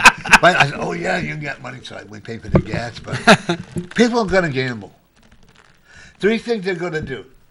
No matter how bad it's depression are, right? They're going to pick up prostitutes. Illegal or illegal. I prefer to see it legal in New Hampshire. We should have had bordellos here. Yeah. They're going to always do gambling. That's going to be a big thing. Drugs are going to be... And women, no matter how depressed it is, women are always going to have their hair done. Nails. I'm sorry? And nails. The whole thing. But one of the funniest things was, because I've written so much, and I've read so much over everything. One of the ways, a place to put a convention in, is because there's the way things are supposed to be, and you talk about, and the way things really are, is the availability of prostitutes. Because when people go to a convention, they want to be, either women or men too, or whatever floats your boat. But that is a factor. And I remember Barney Frank when he was a state rep. He talked about it frankly, because. Oh God, that red light district and the combat. I used to love going to the combat. That was the worst. That's where I started as a kid. Then you go to the rest of the world. They're much better, Dor. That was the nastiest place. Oh, yeah. Then they killed that Harvard football player, and that was the beginning of the end. I can remember when I first moved to Laconia, from California to Laconia, right back in the '60s. Well, that long ago, and they used to have this department store called O'Shea's. And a week before Christmas, they would have this big Christmas party. They'd have one of the Russ Nixon. Russ Nixon, yeah. He was one of the, and all these, shall we say, extra activity girls there, if you know what I mean. And I'm not talking, these girls were not cheap. They were high-class girls in there, like you said. And I can remember free booze. That's when the mills were alive. Right. Yeah. Free booze, like that. I got home and I looked at what I had bought. I said, oh, my God. That's when I was going out with my last ex-wife. And then Did you get to give her back? Oh, yeah, I returned a lot of that. Probably 95% of it back. Oh, my God. Hung over. And they didn't have cheap booze. They had the hors d'oeuvres. They had the ladies. They were supposed to be passing out the hors d'oeuvres, and you know what they were there for, I said, no, that's okay. I don't have the money. I can't afford you. Why do you have a credit card? No, that's okay. You know? And they were expensive, you know. And but nobody thought about it. Even I am willing to bet even now, and it's a Republican or Democratic Party, or you have a lot of the private parties, private clubs, these women are there. Oh, yeah. I went to New York, and the lady said, well, you need some company for tonight. I go, no. Remember, Norm, no pretty girl ever pays for cocaine. That's right. Well, that was a saying back. Was it true? Oh, man. After the show, I'll tell you something about one of the presidential candidates. Yeah. And Willie Brown. Remember Willie Brown? Somebody told me something from Washington. You know, isn't gossip wonderful? It's everything's true. Yeah. By the way, about Epstein and Trump and the 13-year-old rapist. If you actually read the lawsuit, that was the attorney for that girl who, remember, she killed her daughter, left in the trunk. The mother calls up, and then she buried her in the woods. And then the jury, everybody couldn't believe. They came in. Well, she only, lied because the attorneys came up. Oh, the father killed them, and then they're just blaming her. But you have to remember about attorneys, folks. Under the Anglo-Saxon system, which is the best system, because the adversarial system, a lawyer has absolute immunity from defamation. So they can say anything in a lawsuit. So they can say anything they want about Donald Trump. Anything. Wow. And, when you're talking about raping a 13-year-old, you talk about rape as an act of violence and stuff. And, that's where it's like you're getting into like George Orwell territory of just, the type of smears they have in like Soviet states or Nazi states. Because no matter what he is or how, and he was always called the great vulgarian because, he's not John F. Kennedy with all that elegance and stuff. He was a guy from Queens with a lot of money that was, they called him the vulgarian. Remember, the word vulgar just means common, right. So you can have a common touch or whatever. And they also called him short-fingered vulgarian, meant he never paid for anything. But then they come up and says, oh, he has small hands. Look at his hands. Are they small? Yeah. He just wouldn't pay for anything because rich people don't. No. His father was rich. But you come up with this stuff. Whatever the character is, no matter how many women he had or whatever around, and I guess, $10,000 a night, playmates, that was a going rate back in the 70s. But you're talking about something that it's, so much out of character, That's like a pathological thing. Now, this Epstein guy is a real piece of work, Something different, huh? Oh, yeah, and Prince Andrew was on the plane and all these people. But that doesn't mean we actually, until, it's adjudicated in a court of law. I wonder how much is fake news and how much is real news. Well, just remember, the newspapers Newspapers were an advertising medium because democracy really in like England, where democracy comes from, after Greece and all that, England, people went to coffee houses. The people, the bourgeoisie, who are middle class people, business men, and they're primarily men. Although women in England had a greater rights than other countries because they had wool, the wool trade. Who took care of the sheep? And they used to own them too. So they kept a lot of the money. But the coffee houses and people would talk politics. And then they started advertising. And then people would put gossip in, which is political stuff. So newspapers started as just advertising medium with gossip to get people to read not just the ads but to pick up this particular advertising sheet. So everything's driven by ratings. Television, the stories, everything. You got to make a story. Used to be you watch CNN, some plane went down, and for 2 months they talk about it interminably. And I used to travel a lot. So I really want to sit here in an airport. This plane went down, But now they have all these incredible stories, One little mountain can go into it. One little molehill can go into it. By the way, who do you think? I'm not as a political analyst. Okay. But see, now I'm apologizing. He will say for Trump and for all sorts of horrible things. You don't have to apologize. No, but I'm just saying you get hit with that rather than you're just talking about. Well, here's a highly suspect lawyer in a case that. Yeah. No matter how many women Donald Trump had, they usually are my age, and But one thing about Trump says, He was not perfect. He was not. He never won. He never won. He would never win on the most popular. But as far as the Democrats are running, all these candidates, the 24. Yeah, whom do you think has the best chance of winning the primary?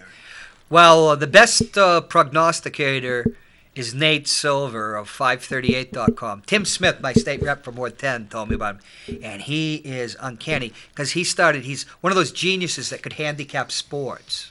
If you ever watched the movie Casino, the Robert De Niro character. I won't watch Robert De Niro. Well, he's still a great I separate actors from what they do. You know, my father wouldn't watch John Wayne because he was a draft dodger, and I made him watch a couple of John Wayne movies when he was an older guy. But Nate Silver, 2016, he has the A list is Biden and Warren, and then A minus is Kamala Harris, and then B is below. Bernie's slipping because of Warren, Elizabeth Warren. Bernie's hemorrhaging. Now, he could win Iowa and he could win New Hampshire. That could help him, but that's not going to happen, I don't think.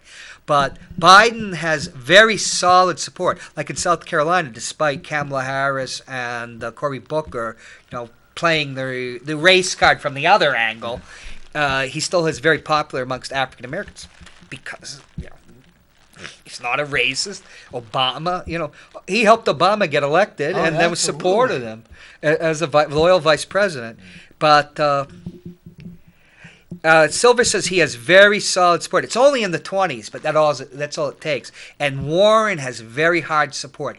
The others aren't so. They're very soft. If Warren got elected, she would scare me. But Kamala Harris has California. Yeah. He doesn't talk about that. And California has moved its primary up. It's going to be in February. It's a powerhouse.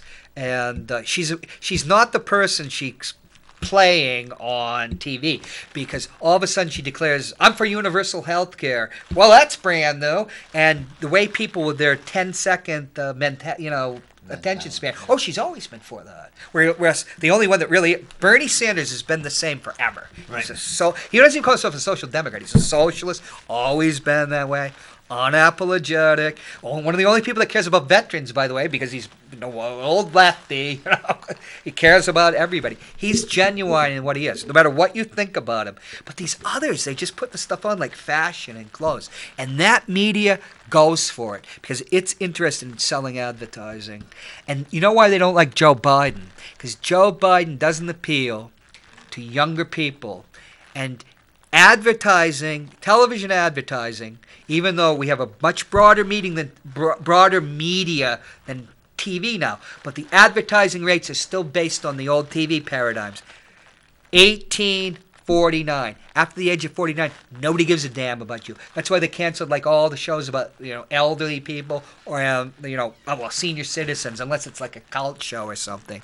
And inside that demographic of 18 to 49, the younger demographic is prized by advertisers. And why is that? Because you can sell to younger people. Because the older you get, the more you already know what you want, and you can't be swayed as much. So look at Biden. Biden is the most thoroughly vetted of all the candidates. You know what I mean? He's got a record going back to 1972. We know everything. Here is an old liberal, Ted Kennedy warhorse, being insulted this way, This guy was he was a Ted with Ted Kennedy. Keep his hands to himself, though. Well, he's not quite. He's one of the. You ever meet Southerners? They always want to touch you, even if they're straight guys. Oh, hop, and they call you boy too. Hey, you good old boy, and stuff like that. The thing with, I guess like all those Southern redneck racists back in the 70s. You see when CNN News is losing a lot of ratings. Well, I can't watch TV anymore. It's just all hyped up to a level of absolute absurdity. I can watch what's her name? Vanderbilt, who just died. Right. The rich girl. Gloria Vanderbilt's son. I can watch him. I can't stand him. He tries to be a little sober, He's so, I guess, the Republicans is unbelievable. No, that's the shtick. Just like on Fox, it's everything. Meet the Press, I can't stand that show.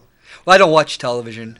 You can't really get news. The one thing that I used to. I was addicted to, and I still. But radio or no television. I never owned a radio. Hey, I don't have a TV. have you ever seen the show Inside Politics? Yeah, I can't say that either. All right, I didn't know what you thought of it. I used to watch the PBS show, the Lura Report, with those two Well, I don't guys. have One was a Comcast. Canadian, and one was the guy. And it was pretty, To it me, was what it was. Watching them on TV, to me, honestly, like Meet the Press, and pretty mundane. Selling I can't- commercial space. I can't stand The View. My mother used to watch that. When The View was great when it first started out, when Barbara Walters was on it. Is she still with us? No. Oh, I don't know if she's still alive or she not. was so part of She's life. got to be 80 or 90 years old. Boy, she was, let me tell you. I had a crush on Jane Oh, Pauley you- when I was in high school. Yeah, Now she's old. Now I'm old. I'm going to be 60 this year. How did that ever happen? How did we get so old? I know. Barbara Walters was one of the most, she got into the facts. Well, Harry Reasoner hated her. Oh, yeah, because she was up top. She got paid more money. Yeah, a lot of money, And her daughter. Folks, Harry Reasoner was on ABC. Barbara Walters was the first female newscaster on a primetime broadcast when there was only 3 networks. PBS was minor. And when Walter Cronkite or somebody said something, everybody was listening. I loved him. Yeah, yeah. And I know. Nat and I had disagreed. There's one, what's his name? See, I don't remember Rush Huntley Limbaugh? Brinkley. What? Rush Limbaugh. Oh, Rush Limbaugh was radio. That's a different type of I music. like this guy. Matt and I would have a big discussion. I get Matt going and say, well, you know that Rush Limbaugh doesn't say anything or do anything wrong. Jeez, man, used to make $35 million a year. And here we are, Look at the ball play. Look at all these people. they make so much money. I'm lucky if I get 13 people watching one of my videos. Right. Well, unless I knew I had... I'm going to have to goose it up again and I'm get sued. on the internet, and Yeah. I've been blessed. But it's taken me 19 years to get the following that I have. And then I'm going to be bringing my computer in so that they can see it live throughout cool. the internet, So, and Tammy gave me that idea. Tammy Simmons? No, Cammy. Oh, C-A-M-I. Cammy. Now, who is Cammy? She's a hot tamale. Is she looking for a husband? One short and fat and balding? No. You couldn't afford her. I get the... You got to have at least $100 million in the bank. Jeez, I don't even have $100 in my pocket. Forget it. I've known her for 10 years, 10, 12 years. I've But known her when what does was she down do? low. She's how to incite your own personal business in your life. Is she susceptible to hexes? I don't know who Good you're talking hexes. Huh? Tammy Simmons? I mean, Tammy Not Baker? Tammy's already got a man. Hi, Dan. I like Dan.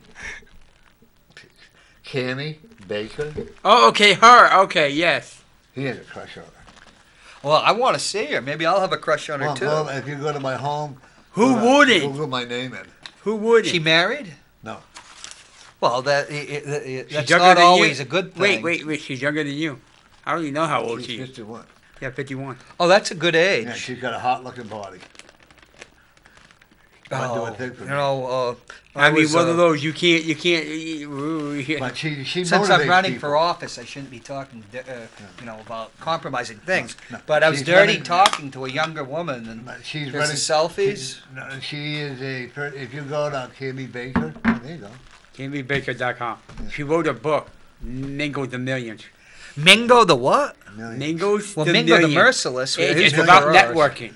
And she I thought he was I going to want have to a be heart a attack. millionaire. She had a heart attack? I thought she was going to give him a heart attack. He gave her. Oh, the blood went to somewhere else. Though. Because she yeah, likes her yeah. because she likes it. All her live videos. Usually I comment on. I'm usually watching them all. Hey, Because baby, that's how you if learn. you got it, flaunt it. That's how you And learn. When you were younger, you had the stuff, huh? Oh, I sure did. I was a dancer at one time. Little Now- too profligate with it. In California, man, I made a lot. Now you're lucky. You were there in the good days, man. Now you're I was lucky just you at the get up and tail come to end. the show, right? Right. I actually look forward to coming to my show. Don't you? Not always. I I'm do. on a Tuesday. All the politicians. That's the day they have the thing. Opening we have here. What? 3 o'clock opening. What time? 3 today. 2 o'clock. Who wants to do 3? Yeah. See, I like my show. I like my time, my shift. Yeah, you have a good time. Nobody's on at 3. No. 3 Wednesdays? Yeah. So if I did that, we could do 3 hours together. Hey, wouldn't that be cool? Yeah, we'd probably be at each other's throats That's after all a while. right. Make it interesting. We'd have our relationship would be 3 times faster. So technically, Right. you could go on his show at 3 to 4, and then you can come on here from. Well, Matt and I used to do back-to-backs. We didn't talk for a while because of a certain scandal. I remember that, yeah. Because I was told, oh, you guys will get along well. But then there was a certain scandal. And I didn't know that he had nothing to do with it. But then one of the people, John Eric O'Neill said, because I have a volatile temper, oh, you shouldn't come in here. Matt's here. And so I went in, and we just looked at you and smiled at each other and became friends. And then eventually we did back-to-back shows. You know, That was fun. We had Matt and I had this one person come on, and George. George from Litchfield? Yeah. Oh, George. I We don't have to. I embarrassed the hell out of him. And I remember that. He came on and. Oh, that was the same scandal. Yeah. And That was something. 'Cause we were all watching your show. My sisters were watching. We were all watching. And he kept saying. With his wife and the daughter. Right, and the daughter. I had to, don't say anything in front of my daughter. I go, you shouldn't have come on my show. My sister still remembers. I told her I was going to be on today. With Nell. Well, I'm not supposed to talk. She asked me not to talk about her. She suddenly appeared back in my life around the time that Stinky, you-know-who, was getting in trouble for harassing that 18-year-old student. And lo and behold, all of a sudden she pops up. Because remember, he had, we won't get into it. I'll tell you about it afterwards. Because, yeah. She was actually all the some people. guy called, she actually called on my show, Mel. And he said, well, you should take it all off. And she said, oh. I go, no.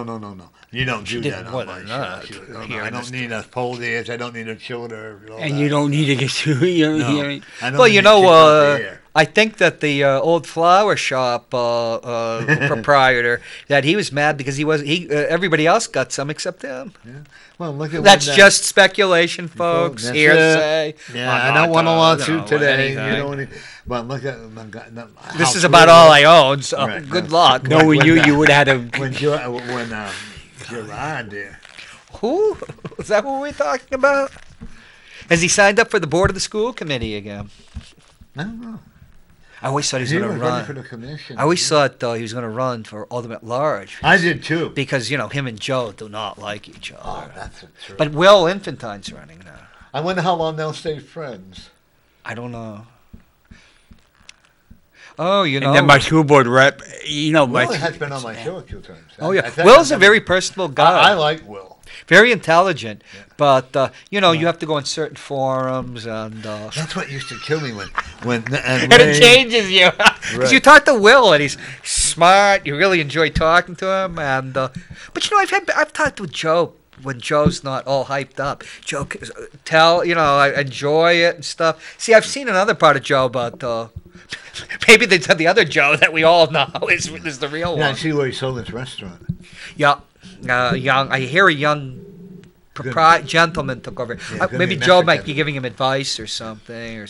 I don't know. Supposedly, what I know is the restaurant that's going there, the Mexican, they own one other restaurant. They own the same name somewhere in New Hampshire. What's it called, though? It's some Mexican restaurant. Yeah, I don't remember the best Mexican restaurants are on our west side. Yeah, they got that one Puerto on 2nd Vallarta Street. and Nova Vallarta. Yeah, Jorge, he's great. Yeah. I went in Mexicans there are wonderful I love people, their food. beautiful people, But the situation, we got to handle it smart. Yeah. We went in, my friend and I, went in and Fish tacos are great. we had the greatest lunch in there. And they're so wonderful. The That's people. a whole there. article about the restaurant. I read that. Oh, is that from Joe or from? Yeah, but you see the name of it? The name Tacos right and there. tequila. Oh, Frida's. Jeez, I got to stop drinking tequila. That's the new That's thing. the last drink I had 23 years ago. Really? Tequila. Tequila is something. I want to go to Mezcal, get some mezcal. I want to go to Mexico and have mezcal. But I can imagine what would happen. I want to go to the cathedral with Mother Guadalupe, but the real one. But it's in a part of Mexico City that's so dangerous. He says, well, what do I care? He says, well, hop. You know what? Even the Vatican is dangerous now. For other reasons, right? It always was. Yeah. I'm a Protestant. I make it whatever. I am I'm a spiritualist. I've been a Methodist. I've been a Catholic. I've been a born-again Christian. Moody, are you Irish? Yep. No, Irish and Scotch. Yeah, I thought you were Scot. Yeah. But Scot and Irish, how can you tell the difference? Okay. Because you said you were Methodist, I think, at one point. So you associate or Presbyterian. And actually, I'm like you. I'm a skinflint. A skinflint? Yeah. What does that mean? Cheapskate? Yep. Yeah, it's interesting that Scots really are cheap. Wow. My granddaughter, though, she got her hand out here, bless her heart.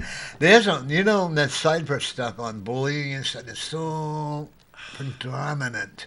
And my granddaughter, we almost lost her for her being bullied by her ex-boyfriend and his new girlfriend and all that. It's horrible.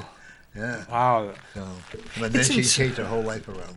It's insidious. It's really awful. I mean, that could be a whole nother show because those devices rewire the neurons in your brain and change the way you're thinking. Third week of September, mark on your calendar. What's going to be that? You're going to be there. You're going to be on the show. Okay. John's going to be on as much as he can as a guest or just being on. How's that, John? Oh, I know he's the first. Jim, I know he's the first week of September is taken. Yeah. Oh, yeah. He's already got that in. The first week of September is taken. I think your prediction might be coming true. The one when I was last on about a certain office I might be running for, which you're the one who told me I was going to run for it. Yeah, I want you to. What are you running for? But we'll find out. We'll find out tomorrow. All right. Officially. Make sure you. But you're the one who told me I was running for it. Remember? Right. That's like I told Ross Terrell he was going to run for alderman. Yep. Well, I'm certainly not running against Bill. No. Bill's great. I would never run against Bill. If Bill had a health problem, I think people that love him know he'd be sheriff now. But I do see him. I had to take over his campaign for 3 weeks, and the last campaign I had was in 2016. I ran for county treasurer because I needed a job. It was give a vet a job, an unemployed vet a job. I led the Democratic Party in fewest votes. Jesus, sorry. 75.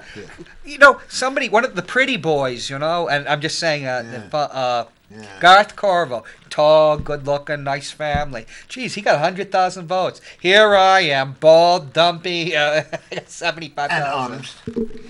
Well, honesty is, I'm running as a independent Reform Democrat because, the party doesn't exactly like me. Yeah. But what they always say, reform only lasts one term, but that's all you need. Do you see when Glenn's running for mayor again? Yeah. Glenn, I wish you a lot of luck. Where'd you get the $100? That's a joke. He's working. Oh, that's right. He is working.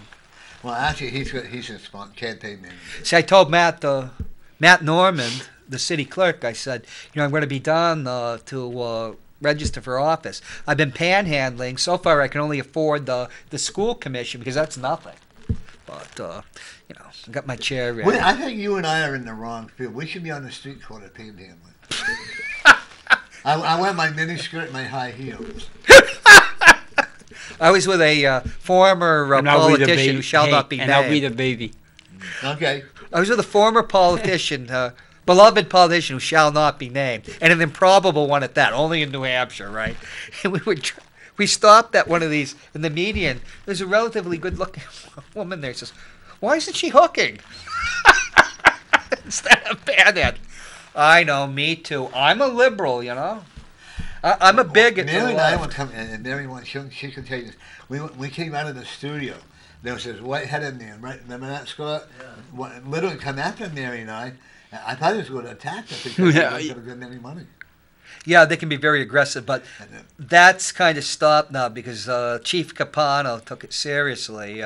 He said what he needed. Tim Baines, let me tell you, I have a lot of respect for him. He started the ball rolling. And then I was hoping he'd run for alderman at large. Yeah. Because Pat Long, that really is like his ward, and it was amazing Tim beat him. But I was hoping 3 votes, right? Yeah, in a recount, or 3 or 4. But I thought Tim would run for alderman at large. He's not running at all now. No, he's got a restaurant. Yeah. He took over. He bought his partner out. Yeah. Main Street, so that's why he has to focus on the restaurant right now. Hey, that's all. Well, we'll have him come back on again. We can catch up on the latest gossip. We just talk with John. That'll make it, right? Yeah. Then one time we got through. I had my Bishop Paul come on. Yeah. Right. And so Mary and I and Bishop Paul and Scott were walking down, and we saw this guy laying there on the ground. Literally, I was embarrassed to say that I was from Manchester from the way these people were ignoring this. Oh, Glenn told me about that. It was horrible. And it wasn't a drug thing. He had epilepsy or something. And I went over and I said, "Sir," he wouldn't wake up for me. The policeman apparently knew him, woke him up and stuff. And the ambulance was fantastic about coming. They went to the wrong area. But then this woman, I said, "Don't pour water on him. He'll freeze." Oh, he'll be all right, you know. He was turning blue. Really? You know? And people, like, I don't understand people. I really don't. I hope I never get this way. If I see somebody that's laying there on the street, you know, and they're not moving, they're unresponsive, I hope that I will never walk away. It's like a Midnight Cowboy. Remember when John Voight, he comes to New York, and that's the man stretched out on the street, and he looks, and everybody's going by him. I was crossing from Citizens Bank over to City Hall, and suddenly this guy comes bounding down the street. Oh, no. And then he grabbed a hold of the bus shelter. Something was wrong. He said, "Are you all right?" Then he tried to walk, and he fell down. Well, I was in the Army. You know, there's serious things you do. You know, you just stand there. So you don't want him to get hit by a car. And 2 other people were there. Then there were cat calls and everything. And you just waited. And they called 911. There were a couple other people. I'm colorblind, so they're asking me, "What color is he?" So I have no idea. But the other people were helping me. They stood there with me and helped. And then the EMTs came and did a fantastic job. And it turned it wasn't drugs or anything. There were people that can, you know, they let you out of the hospital. In Los Angeles, they'll take people right out of the hospital, elderly people, everybody. It's a scale, and take them down to what's the equivalent of Skid Row. Just leave them there, you know, and you see them wandering around. So you don't know what the situation is. Like, it's a different thing. Like I was watching, people are saying everybody's a drug addict and this and that. But you can see some people, when you're watching, they're schizophrenic or severely mentally ill or something. That's quite different than being a drug addict. And they were talking because I think somebody, because of his behavior and the coloring, they could tell it wasn't drugs. He was having some type of it could have been a reaction to some medical treatment, or he had a medical condition. But so you can't. It's like with Bill, and you're talking about the drug courts. One size doesn't fit all. And homeless people, yes, all of them are different. I can remember when I first moved to Manchester. I lived on Spruce Street. God. It was a beginning. It wasn't like you know. And this guy ran into a tree with his car. So being a nurse, I go running over. We got him out and cleaned out his mouth. And the EMT come by. "Get out of the way now." I go, "Whoa, I'm a nurse. I'm supposed to be doing it. I don't care who you are." I said, "Fine." I tried to tell what I did. "We don't need anything from you." And I went, "Wow." I said, that was years ago. Yeah, it was years ago. That different world. Yeah. Now they would have said, "Thank you." Yeah. And I looked at her and I said, "You know what? You don't even know what the hell you're doing." And I walked away. So I went up to Elliott Hospital. That was through an agency. And I saw the guy. He cussed me out like there was no tomorrow. He didn't kill himself. For touching him? Yeah, because he wanted to kill himself. Well, there was all sorts of stuff that, remember, when all that became, because they had to pass a Samaritan law, so you could actually, because Norm actually touching somebody could have sued. That was a Trapper John M.D. Episode. He wanted it. Well, I remember that show. Yeah, because Parnell Roberts quit Bonanza and then wound up in Dinner Theater. But before he finally got another show, but not like Bonanza. Wow. No. And you know what I used to like too was when Burl Ives. Oh, he was a great character actor. He played a lawyer. The bold ones. The bold ones. But he was Big Daddy. Right. And Tennessee Williams, Cat in the Hot Tin Roof. But didn't we have good movies back then? Oh, yeah. They were well written and well made. The classic Hollywood paradigm. Today? I used to write about movies. Yeah. All the vulgarity. They're cartoon movies. I don't even understand them. Yeah. But you know, cartoons were just as violent. Roadrunner, who was my favorite. You know, Mickey Mouse could be violent. Three Stooges. Could be. You know? Geez, I'll tell you, the Three Stooges are better than all those existential plays like by Samuel Beckett we had to watch, and I can't stand the Three Stooges. Everybody said, "You're not American," then I said, "That's okay." Would you like the Marx Brothers? No. I like them because of their language. Because they're playing on the immigrants with the language. Viaduct, the viaduct, viaduct. Well, John, thanks for coming. Hey, it was great seeing you. Come on, if you want to come back next week to visit with us, we're not sure. And everybody out there, I want to wish you all a great week. Keep cool, because Saturday's going to be unbelievably hot. And everyone out there, remember, every day you're a winner. We'll see you next week.